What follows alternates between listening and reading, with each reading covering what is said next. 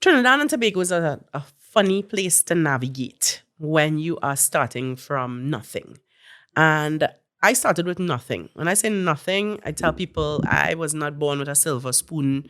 I did not have a block of paper waiting for me to invest in my dream and in my passion. I literally was living in the bush in a 1-bedroom house with my 2 sons. And from 2017, everything fell apart. I lost my job. My contract had ended and wasn't renewed. And my mom had passed away. She was terminally ill with cancer. The relationship with my son's dad had completely dismantled. And I lost practically everything that I had except for my sons. So there am I in the bush with these 2 children, no work, nothing. And I had to go from seeing negative 16 in my bank account to building from that place. I sent out a number of different applications, resumes to a number of companies. I went on countless interviews. I am trained to do corporate communications. That's my background, corporate communications, marketing, real estate. I'm educated. I have my degree. I have certification in different fields. And I wasn't getting through with work. But really and truly, around that time, we were just before the pandemic. And a lot of places were feeling the pinch of an economic recession in Trinidad and Tobago. So they weren't really hiring. In media around that time, I think Express and a couple of places had just let go staff. So the places I was applying to had just let go staff. They weren't looking to bring on new people. And I had to figure out, how am I feeding my sons? How do I survive? And I was honestly in a very dark place. I was experiencing depression after my mom died, and I just needed an outlet. So I continued doing something that I was new to, which is going to these open mics and just for relief, doing some stand-up comedy. And it wasn't intended to be the thing. It was never the thing. I would share on social media just quirky observations, life-type observations, things that my children were doing, things that I had noticed as a woman in Trinidad and Tobago, in dating and relationships and life. And other people started to connect with me, and they were like, hey, that's funny. I also had the same experience. And it just kept growing from there. I started to do ads. Like, a few companies had reached out to me to do ads, to act or to do stuff in their ads. And one thing led to another. And here I am now, 6 years later. Help me fill in a blank here. Your job in 2017, because at some point you worked as a fashion reporter. Was that around that 27 period, or that was afterwards? No, that would have been long before. Oh, long before. So I would have started in journalism, in print journalism. And that would have been when I was I was 19 years old when I entered print journalism. And I was at Express House. I would have done fashion reporting, those kind of things, as well as I'm actually an award-winning journalist for covering a number of different things like Food and Agriculture Organization. I had won an award for doing research and work on food security in the Caribbean and Latin America, as well as child rights and children's rights issues. I have the inaugural Camsilmat Lumen Award for children's rights reporting. And I would have left journalism after I had my sons, because my sons were born 18 months apart. So I had a toddler and a newborn baby, and I'm not going out in the night to assignments. I can't do the work like I wanted to. And I shifted gears and I went from journalism into marketing and real estate. And from marketing and real estate, I went from there into corporate communications. So to answer your question, 2017, I would have ended a 3-year contract with the Ministry of Energy and Energy Industries. I was the corporate communications officer there.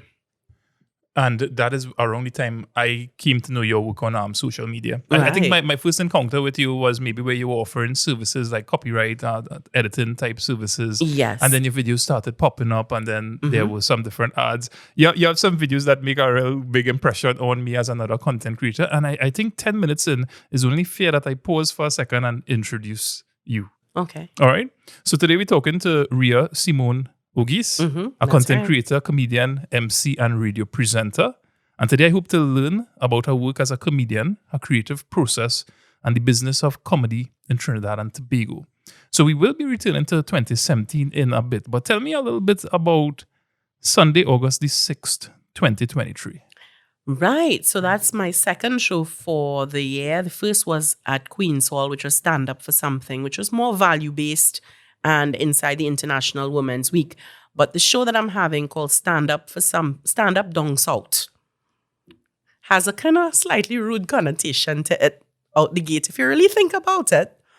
And it's going to be a celebration of life. It's my birthday event. And I'm returning to the first place I ever performed. As a child, I performed at Naparima Bowl when I was 9 years old. And I am a South girl by birth, on my birth paper, born San Fernando. So this is me returning to where I born, where I first performed for my 39th birthday. And it's going to be something that is more open. I've been toying with the idea of this. The acronym for it, Stand Up Down South, is Suds.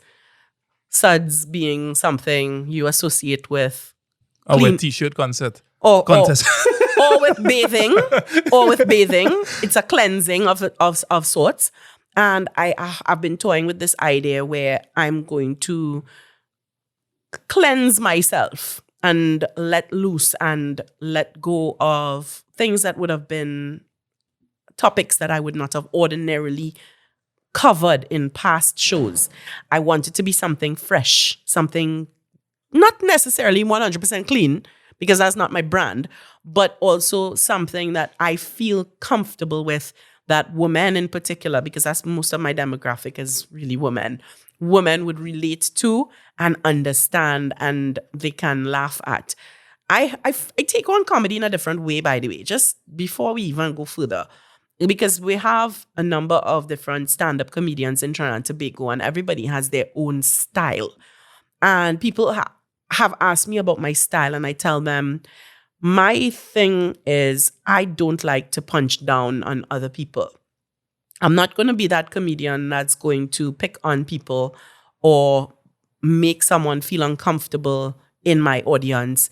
I'm not going that direction. In fact, I'm aiming more for something that when you leave a show, you should feel light. You should feel like this is a feel-good experience. It's something that the music that I'm choosing, from the time you walk in, I curate everything. From the time you walk into one of my shows or into my space, you're supposed to feel a measure of love. You're supposed to feel like this is a village. This is community. You're walking into a community of people who support what I do, who love what I do, but who also, they love to laugh. And they understand life comes with complications. Life can be ridiculous. Let's laugh at it together. Because part of, like I said, me even doing stand-up comedy came from a place of darkness. It came from grief. It came from losing my mom and trying to figure out, okay, how do I breathe? How do I recover from here? How do I stand up? And it turns out I stand up quite well with comedy. And it's a gift. Not everyone can do what I do. I acknowledge that. I tell people it sounds kind of crazy, but go with me here.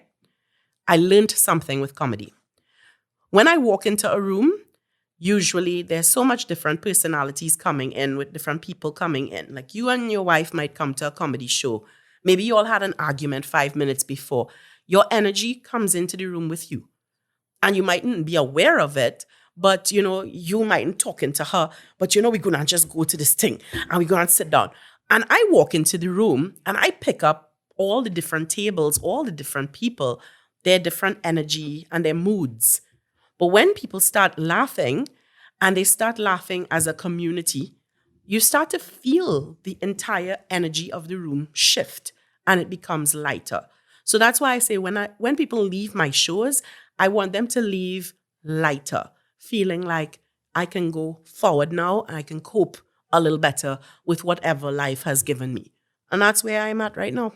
Emotionally, do you leave your shows lighter? I leave my shows sometimes feeling lighter, but also drained. I need a couple days after to recover. And that's not a physical recovery. That's a spiritual, emotional type of recovery because it's putting your everything out there. It's putting your heart and your soul out there for people to see. And it's a very draining thing for me, but I love it because it allows me to also get things off my chest. I can work through a problem through stage. I don't do working through problems at the bigger shows. I tend to do them still at the open mic spaces or, those little areas where I'm testing out material. I would work through my emotions there. And then when I find the laugh, I find where it lands, then I would bring that over to my paid shows, my bigger shows. Okay. All right. Simmy, if I could call you Simmy. Sure. Yeah, most people, very few people call me by my government name now. It's really rare. Do you know how worried I was that when I was would introduce you, that I would somehow say Rhea-Simone Auguste? Well, I will tell you, the irony of you even pointing that out comes from the fact that most people don't get my surname correct at all, but they usually don't even go to Auguste or Augustine or Augustus. I've actually shared on Facebook. You can check it back. They call me Baptiste. Isn't that your surname? Seriously? Yes. So apparently I've been walking around married to some Baptiste in your family somewhere. And this has been happening for the last decade of my life. Well, what's the odds of that? Even where I'm working right now at TTT building, I'm like, you all hired me. You do realize you all hired me. You just handed me an envelope marked Rhea-Simone Baptiste. And I'm saying, how? No, How? but here's the ironic thing. And as weird as this is going to sound, I went to school in Costad and I was in school with a girl named Rhea-Simone Baptiste. Oh my goodness. Oh my goodness. Maybe, this is some big conspiracy. Maybe they know her and they don't know me. Tell me a little bit about what rehearsals for these shows look like. Because on is in March 5th, you had the Queen's Hall show. And I'm kind of curious we were supposed to talk since then, but it just didn't work out. And I was kind of curious about, what the stand-up comedian is happening in the background. Because they just go on stage, where's Dave Chappelle, whoever the case might be, and you see them do the delivery. And I'm curious about the work that goes into maybe the people who open and participate in what that rehearsal process looks like. There is no real rehearsal process for stand-up comedy shows. The comedians selected would have worked their material at other places just like me. I would have selected them based on what I know of their material and what I would have interacted with in other open mic spaces or at their shows. So I know, for instance, what their quality level is like. And once they're booked for a performance, we gather on the day and we do our thing. You're serious? Yeah. But on an individual level, for me, it's a process of writing, refining what you write, and then carrying that to the open mic spaces, testing your jokes. Sometimes things land, sometimes things don't land. Bussing. Sometimes you go and you bomb. They call it bombing. You go, you try all how the audience is not having it. And you go back to the drawing board and you write over your joke and you come back again until you build up a set and you have a set list that can work. Now, the thing that I think I've been very fortunate to have on my side as an extra blessing is storytelling. So sometimes when things don't go as planned with a joke, I can work with a story. And when I start telling the story, I know that there are points in the story that are funny that will bring my audience back to me. So that's what I work with. And that's always been my fallback in the event that I'm in an audience that I'm not too familiar with, new crowd, new people. They don't know who I am. I don't know anything about them. And I'm trying these jokes and they're just not landing. And then I would say, okay, you know what? Let me take it all the way down. Because stand-up comedy is very personal and there's an interactivity level. I might interact a little bit with the audience and ask, how many of you are single? And if I see that the majority are single, then I would sway the material over to the people in the audience who are in the majority for whatever is the topic. And that's how I work it. Well, you are blessed with a fantastic memory as well to have your whole set of jokes, because I try my hand at things like Red Wall News, and to be even able to kind of remember the script that you have in mind, and then you're playing on the audience to see where they stand, to ask them questions, and then being able to curate your list in real time as to what your jokes will look like. Well, yeah, because these are worked jokes. In some instances, they're worked, meaning I've used them in different spaces and I know they're going to land here. And I know this is something that people react well to. Outside of that, though, what I would tell you is Trinidad and Tobago is very blessed in that we have rum shop culture. So if you are accustomed to liming and you have somebody in your crew who is a rubbish talker, again, I don't know how PG I'm going to go here. You talk, we talk it. All right. Well, there has some people that should talk. When you go to the bars or you sit down on the corner liming with your friends or you're playing all fours, we talk rubbish nonstop. You go to buy doubles, sometimes your doubles vendor hitting your pecan. That's how we are. And sometimes within that, we find ourselves being the person who is the shit talker in the group. I am that person in my friends group. I'm usually the one who's cracking some kind of nonsense joke. And I usually make a mental note of when I say something that makes the people around me laugh. And that's often a good indicator. If it works with my friends, it will work with a larger audience. Sorry. No, look, go ahead. Have you always had that place in terms of being the shit talker, as you say? Always. Before 2017? Always. Primary school, secondary school? Primary school. Because I have attention deficit hyperactivity disorder. They didn't know about it in primary school.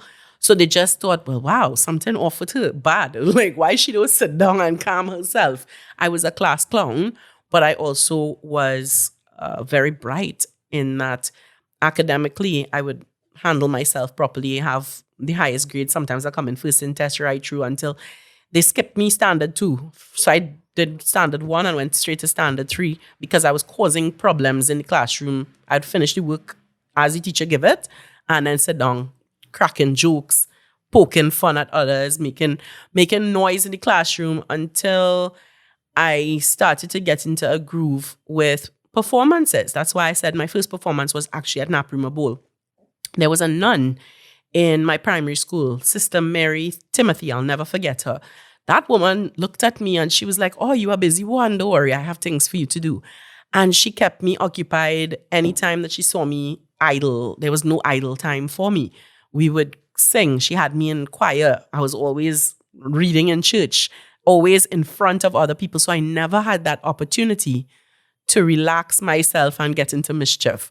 She kept me in that entertainment type space. And so if I want to sing calypso, she was there strumming guitar with me with calypso. I sang calypso as a child at primary school level, and it just continued into secondary. So even in secondary, a lot of the girls who went to school with me knew I was a class clown. I was always getting into some kind of trouble. My mouth was always running on all report cards.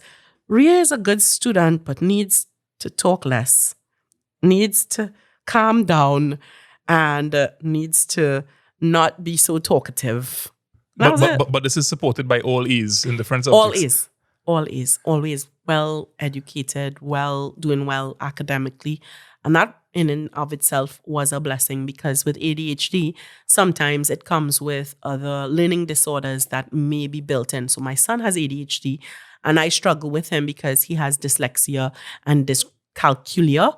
And so teaching him is not the same as it would have been for me, where my thing with my ADHD is I have hyperfocus, which means that it's a compensation thing, but I can pick up a book and I can read it from cover to cover, and I get so immersed in it that my ears literally stop working. I don't hear anything until I finish. And then I have a memory where I could read your script, read this here for you, and I would get the general sense of what it's about, and I could probably give you back in point form. So that's helped me a lot You sound like a academically. walking chat to GPT. I get my Sheldon from Big Bang Theory moments, because that's what happens with neurodivergent people. You know, we have special abilities, but we also have quirks and eccentricities that come with it. So for me, a lot of people see me doing stand-up comedy and I'm on stage and I'm out there. But I would argue that I'm not the most social person. I actually leave these shows craving my personal space. I like to be alone a lot. I like to be quiet a lot. I like to be far removed from noise.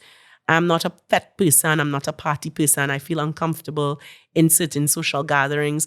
So, you know, people look at it and they think I am really social and bubbly and friendly. And I am, but my social battery is really short. And then I'm like, oh, people. and when you're far removed in these situations, what's some of the activities you usually enjoy? Reading. I read a lot. I write a lot. I actually love social media in that it allows me that barrier. I can write a lot. And I write long posts, very long posts. And I love doing that because I'm able to do it, but then I can just hit share and walk away. I don't have to stay and interact with people. I can come back to it when I feel social.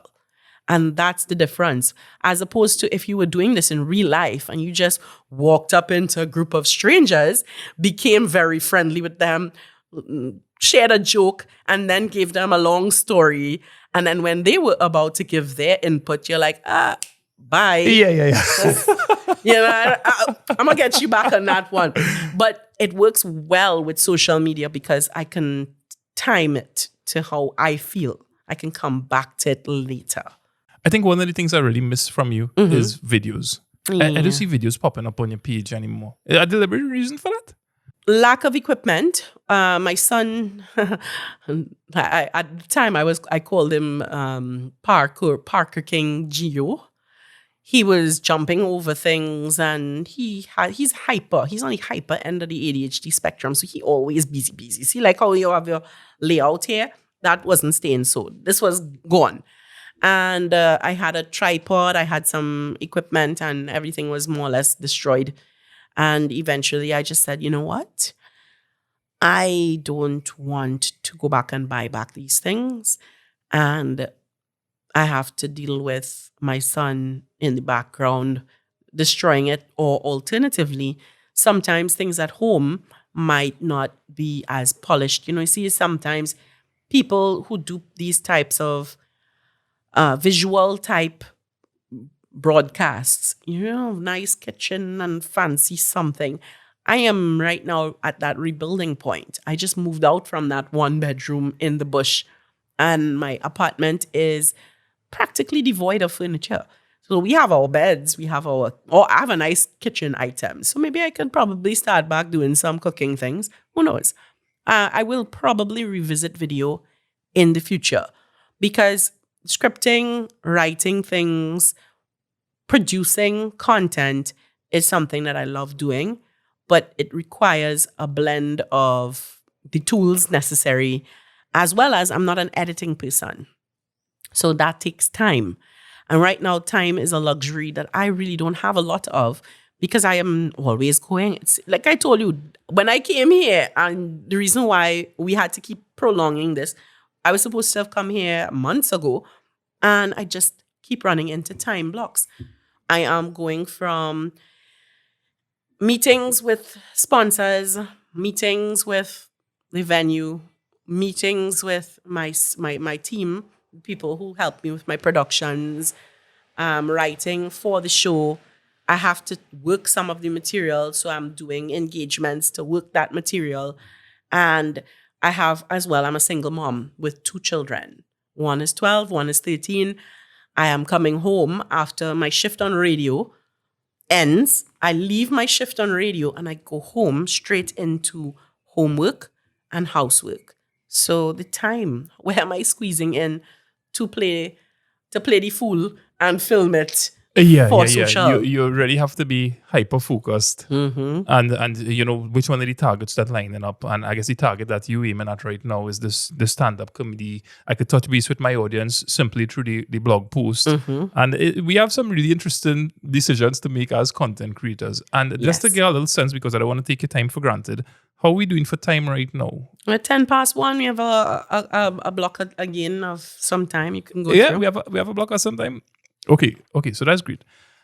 I'm gonna go a little way back here. On a Facebook post dated 26 March 2017, you told your mom you wanted to do stand-up comedy. She responded, "Girl, you might make more if you sell your kitty on the waterfront." Facts. All right, funny girl. She jokes. Let me hear you. Tell me a joke, then go on. And you tell the joke, you call it a monologue. But in the blog post, you never go in to see what the joke was. Is that joke in your memory that you could recall it? It is, and I never shared it, and I never did it on stage because my mom died shortly after. So there's an emotional connection point with that joke. So I wouldn't bring it up because then you might get. If you update, I have a lot of tissue. Am I killing you with these lights here? No. But I really, my mom had a beautiful sense of humor on her own. She was just raw with it. She was sometimes crass, sometimes rude, sometimes vulgar, but she would drop it just how it was. She's just a very matter-of-fact kind of person, and her comedic timing was flawless. As a matter of fact, I would argue that she would have probably been a better stand-up comedian than I could have ever been. But when I came to her about this, she also came from that generation and school of thought where you go to school, you get your degree, you get a job, you work your life, retire, and that's how your life should be. So when I came to her and I told her, well, this is what I want to do, she was not enthusiastic about it at all. And it was about a week before she died. When we were having this conversation, she could no longer move. They actually had to move her from side to side because nothing from her neck down was really working again. And she said, of my 3 children, you are the most tenacious. And I've never understood you. I've never understood the decisions that you made. You're always getting into some kind of strange pursuits because she'd never understood ADHD and how it worked. She came again from that era where you had naughty children, and naughty children you deal with licks and Jesus. That's it. They didn't have no Ritalin and medication. It was licks and Jesus. And I actually grew up where my mom and my grandmom at some point, they were like, well, maybe she's possessed. Let's take her to see the priest. This can't be normal. Why is she so hyper? Yeah, I was very hyper. Just like how my son is hyper. When I was a child, I was hyper. I used to climb trees and can't come back down, and they had to call fire services to come and bring me down. It was really busy as a child. As a matter of fact, in my family, the nickname for me was Hurricane Rhea. When I come in your house, I turn everything upside down. I was just really hectic. So she told me that, and she said, but even in you being the way you are, what I would tell you is, if you want to sing, go and sing.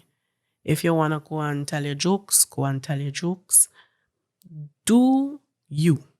Do what you want to do.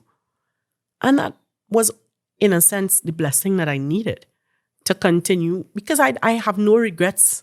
I think I might have had regrets if I felt like she died and she was disapproving of this path that I was on, as opposed to her saying, I don't understand it, but if that's you, do it. If that's what you're about, I know you'll land on your feet. And that's the message that she left me with. Like, all right, I know you'll struggle and you might fall down, but you always get back up. And of my 3 children, I don't really worry about you because of this. And that's a very strange place to leave me in that my brother and my sister followed the rules. They went to school. They got their degrees. They're both. My sister has a doctorate. She's a PhD in statistics, and my brother is an engineer into oil and gas, and they're well qualified. And here am I, telling jokes. And, I'm like, all right, guys, y'all, see y'all at the family reunion. There's always one in the family that just don't make sense. And it's me. I am the one that don't make sense. Well, I could relate to you in that sense. Yeah. I'm just like, what is she doing? And it's the starving artist mentality of it all, because they are comfortable. At least I don't want to say that they're comfortable. I mean, their life choices led them to where things make more sense. Like, they can approach a bank and get a loan. I can't approach a bank and get a loan as easily because I'm going to the bank. Well, I did this show in Queen's Hall, and that's what I got. Here are like 75 pieces of paper where people have given me work in the last year or two, and it's just not the same journey. But you know what? I have faith that eventually where I'm at now is going to lead me to even greater places where the financials might actually shock them, my brother and my sister. And they would be like, oh, wait, hold on. Because anytime what I'm doing turns into not Simmy De Trini, stand-up comedian in Trinidad and Tobago, anytime I break into regional or international, that will change my financial trajectory completely. And entertainment is a global billion-dollar industry. People seem to underestimate how much money can be made as a stand-up comedian if you are making it to the global tours. And I'm not even saying that you're headlining, I could just be one of the people who's an opener for a Wanda Sykes or opening for Tiffany Haddish. And that opening for one of them can open doors to where I am being paid upwards of 100,000 US per gig, as opposed to now where people will in Trinidad and Tobago be like, well, I will give you a plate of pillau if you come through and do this gig. It's very different territory. And I'm hoping that if I continue working at the craft, continue writing, continue fine-tuning, continue putting myself out there, it will come. Okay, so 2023. Yeah. Can you survive full-time as a stand-up comedian in Trinidad? Full-time. No radio, no content creation, no promotion in the background that you're making money from. I'm asking this question on behalf of someone who wants to be a stand-up comedian and they're trying to build a picture. I would say I can, but I would also say part of that is because of the endorsements. So even though I am, like if I did my show, if these two shows did minimum, let's say I made a half attendance for Queen's Hall and half attendance at Naparima Bowl, and I reached that break even point would practically put me on the same level with someone who's had a day job for 12 months at a clerical level, So it may not be someone who's executive level, but at least I could probably stretch the money made to cover 12 months of rent paid and maybe a little groceries. What I would like to be able to do is to reach to the point where it's 12 months and maybe some extra savings that I can stockpile to start to build to greater things. So it's a process. And again, some of that is offset by the fact that I had sponsors on board who I worked with for years before, baby steps for them. Because some people ask me, well, how did I become a Digicel influencer? Shout out to Digicel. Yeah, I'm so happy that you said that, because I would like to give you the opportunity to pick up any one of your sponsors that you would like, right? Very loudly shout out to Digicel. Very loudly shout out Titi Rideshare. I have had really great support from those two from almost out the gate. And sometimes it's not even just the financial support that they might come on board with a show, but in the non-financial stuff, meaning that, give you an example, TT Rideshare at times have helped offset the cost of transportation for me to go to gigs. So they've done that for me in the past. And Digicel has made sure that I stay connected at all times. So those posts that I share on social media on a daily basis, it's because Digicel gives me the access. I have internet provided by Digicel. And those tiny little blessings, they do add up. They are a little dent in my costing on my day-to-day living expenses, which allows me to breathe a little bit easier when it comes to, at the end of the month, I know I don't have a phone bill to pay. At least for now, thanks to Digicel, I can do certain things that allow me to continue creating and doing what I do best. Yeah, so that's Yeah, it on short. big up the sponsors. Big up the sponsors. I have a few coming on board again, though. Some of them came on board. I can't call their names as yet because we're still in discussions about stuff and how things will work out. But I do feel as though you can't necessarily jump out from nowhere and say, I'm going to be a stand-up comedian and make a living here. We don't have that yet. But you can, if you put in the time and you build your brand and you build your following and you build your fan base, over time, you can get to a place where you can make a bit of income from it.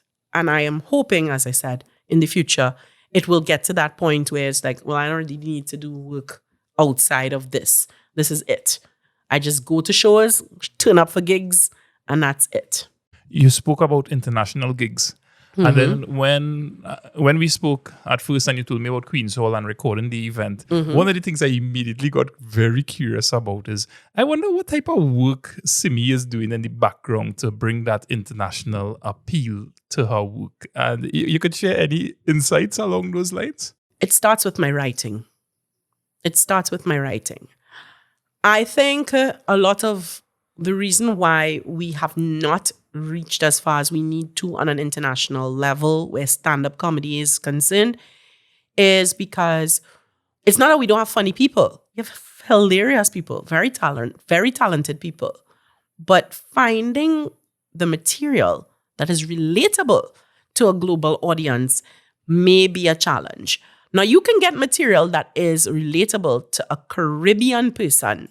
It's easy. I could go on social media now and drop a post about horning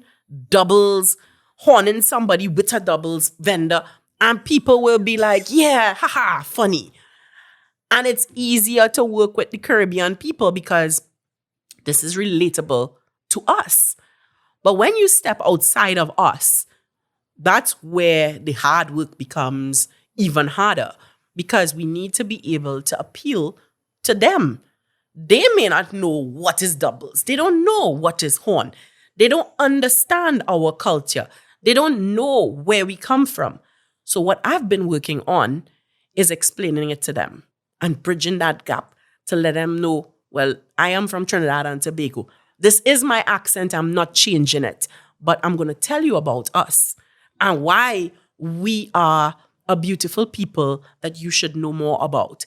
It's like being a brand ambassador for the country and they don't even know it when I'm writing the way that I'm writing and I'm working my material to that angle and to that slant. Because I feel as though I don't actually use some of the material that I have for international spaces here because it don't necessarily land and connect the same way. But I did use some of it at Queen's Hall where I started that explanation of, well, this is what they think we are. They think when they hear Trinidad and Tobago, they think that we are playing pan and lying down on a beach drinking rum. And I found that it's insulting to me because it's true. And from that standpoint, I can now start to angle in who we are. And I want to continue doing more material like that allows me to explain us And I let people know, well, hold on. You all have the wrong impression, but also it's the right impression. And we can discuss how we are similar, how we are different. And that's really what, when I observe a lot of the international stand-up comedians who are not American, like Trevor Noah, for example. Trevor Noah, when he was doing his material, he put forward South Africa and he put forward his personal story in a way that was relatable regardless of where you were from in the world, because you could understand the differences in how your family treats with certain things. And that's what I want to do. Eventually, it's going to reach to that point where I'm going to be able to talk about the fact that I came from this kind of a family. My grandmother was Venezuelan. My grandfather was Portuguese. But yes, I am Trinidadian, but I also have these cultural experiences that tie into Latin America culture. You know, not everybody knows about growing up and getting arepas for breakfast and also having to listen to your grandmother shoo-shoo-shooing with your mother in the kitchen, but they speak in one language and nobody telling you what's going on, so you have to try and figure it out. You're trying to figure it out based on what the conversation was and the tones that they were using. Are they angry? These words sounding like some angry words, boy. Who is a puta? What is a puta? And those days, you didn't have no Google. You had to try and figure it out. So being able to get into that space in where I can connect the cultures and connect my experiences and be relatable, that's the direction. Fantastic work you're doing. Listen, what you have accomplished in the space of time, I mean, there would have been a lot of background work that would have gone into it, but it's absolutely amazing what you are doing. I am honored to be having this conversation with you. Thank you. Yes. Thank you for having me. I'm like, wait, hold on for a second there. No, it's really fantastic what you're doing. And I mean, there's so much more we could talk about, but in the interest of time, I guess is a good place to close up. I think I have one more question I would like to ask you. And it's actually last on my list here, my little list that you didn't get to go through. What are some words of advice you would like to leave for female entertainers, entrepreneurs, aspiring stand-up comedians? You don't have to show your cat to get her. Let me start there, right? No, it's a serious thing, Lyndon. Watch, I started to observe this thing, right? Where all the Caribbean entertainers at some point in time feel that they had to go on stage in a swimsuit, in a glorified swimsuit. And I am telling myself, well, I'm telling jokes. Why do I have to have my tututs outside for you to take me seriously? Like, I'll do it for a picture or something for promotional purposes. But they actually do have a lot of them who the image is everything. And image is important. Don't get me wrong. But invest in the craft. Because let's be real here. Let's put it in the context of a soca artist. You are singing soca. And what you're singing is shit. And everybody know what you're singing is shit. But because you came out in a sexy outfit, they're like, ha, I like she. No, work on getting your song to not be shit so that we could actually enjoy your music. And that way, no matter what you choose to wear, we will love your music. I admire all of the entertainers in our industry who are women, who are doing their own thing. But I understand as well that it is very difficult in this spacing where sex sells to not be selling the sex. It's very important for us to understand that women can be extremely talented and feel pressured in this industry to go down that path where they have to feel like they're selling sex. And just like my mom had pointed out about selling my kitty on the promenade, I don't want to reach to those kind of levels where I feel like I need the sex in order to sell what I'm doing. Yeah, I could be sexy. I could be however sexy I want to be, but let our content speak for itself. Let it work speak for itself. Be the best that you can be for whatever brand or whatever area of entertainment. If you are a dancer, be the best dancer that you can be. Spend time with it. Learn from the best. Try and find mentors who will direct you where you need to. Again, where mentorship is concerned, I always speak about him.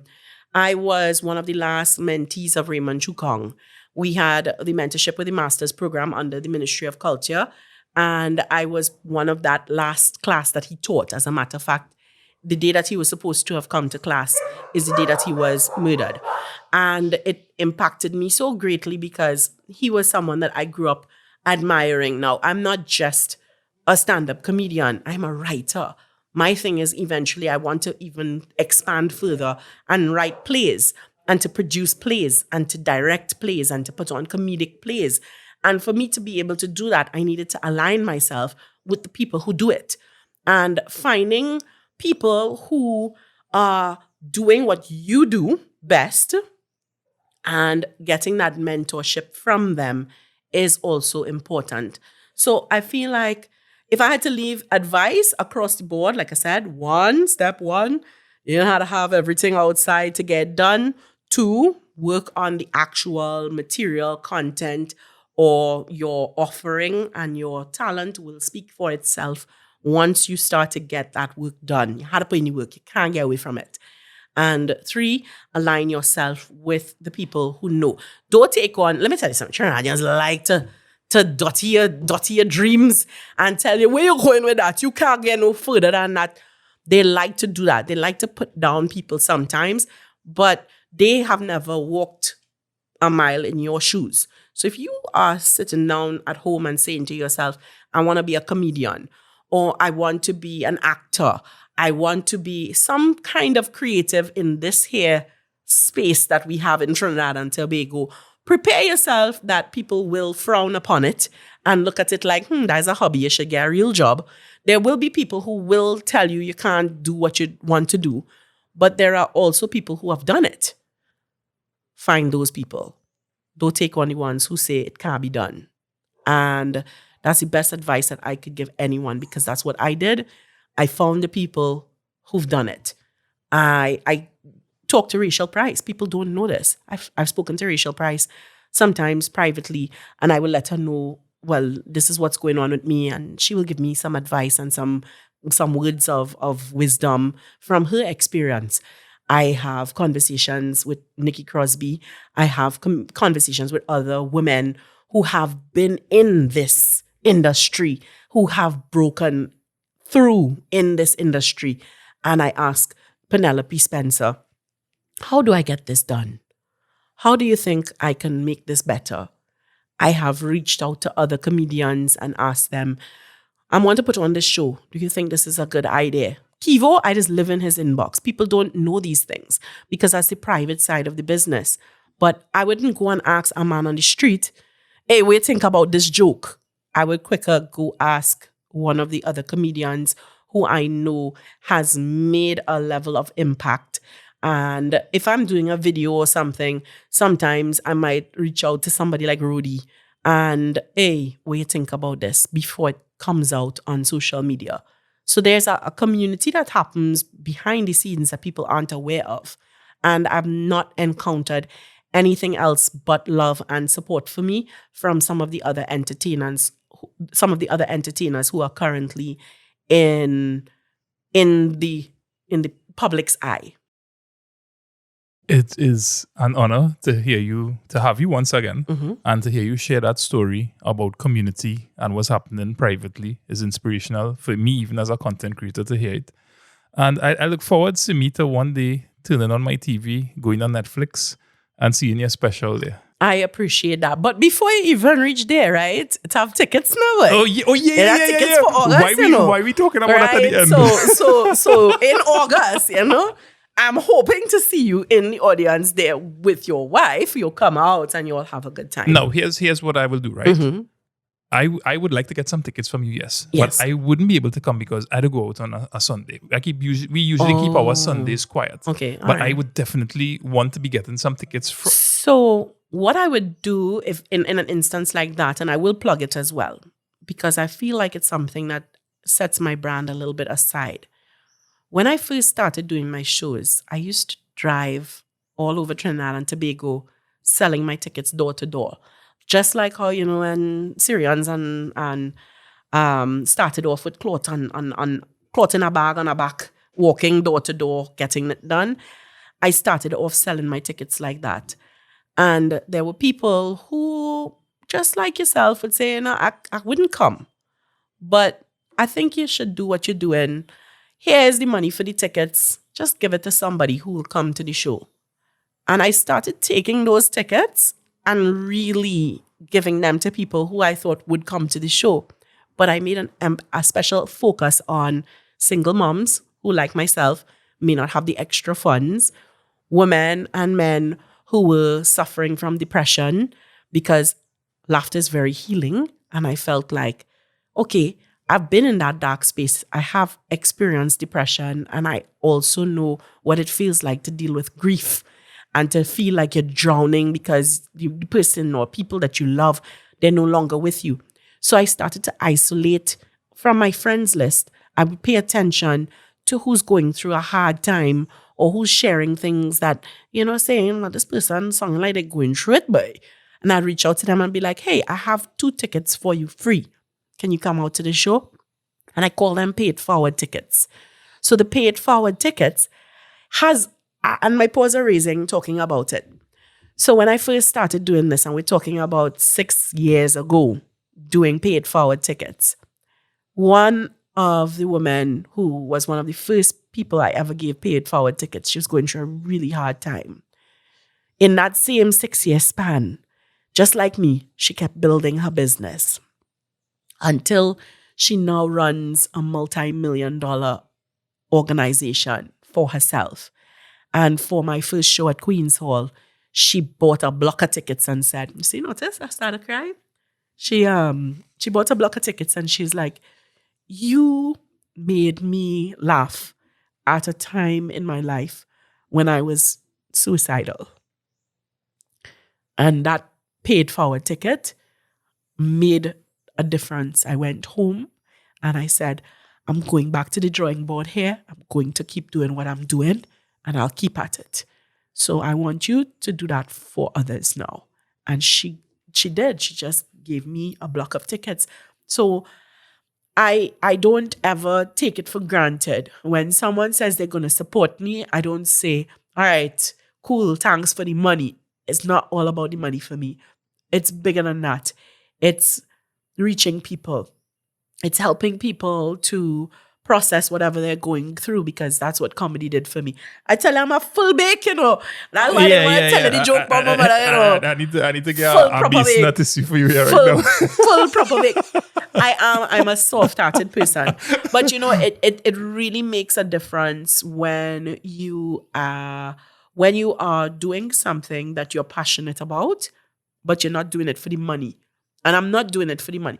The money is the end goal later down the road, because that would come from a place of legacy and being able to give my children generational wealth. I don't struggle. I'm living, I'm surviving at this point in time. But the money isn't everything. What is everything to me is being able to walk into a room full of people who, like I said, I don't know where they come from. I don't know what your journey was. I don't know how bad your day was. Or if you are walking out of a situation where you're being abused in your workplace, or you're struggling in your home and you're taking all kind of pressure. And I made you laugh. I made you feel joy, even if it's momentary, even if it's just for a few minutes. And I love that. Sometimes I go on social media and I share the posts, and I share it knowing that I made somebody's day just a little better. That's what matters to me. Yeah. Thank you so much. No problem. Tell a full big. Yeah.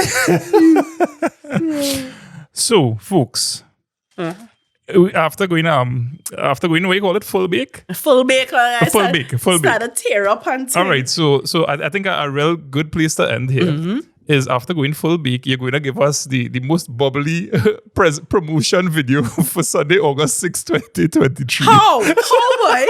How? You see why I had to go through? And that is a very real thing for me, yeah, because even for radio, like when I'm leaving you here to go on shift, and I could have, however my day could be going, I could have, my child had a full-on meltdown this morning, and I run up in the bush by a person who I know and say, well, yeah, let's do this podcasting. I don't know he from Adam, you know.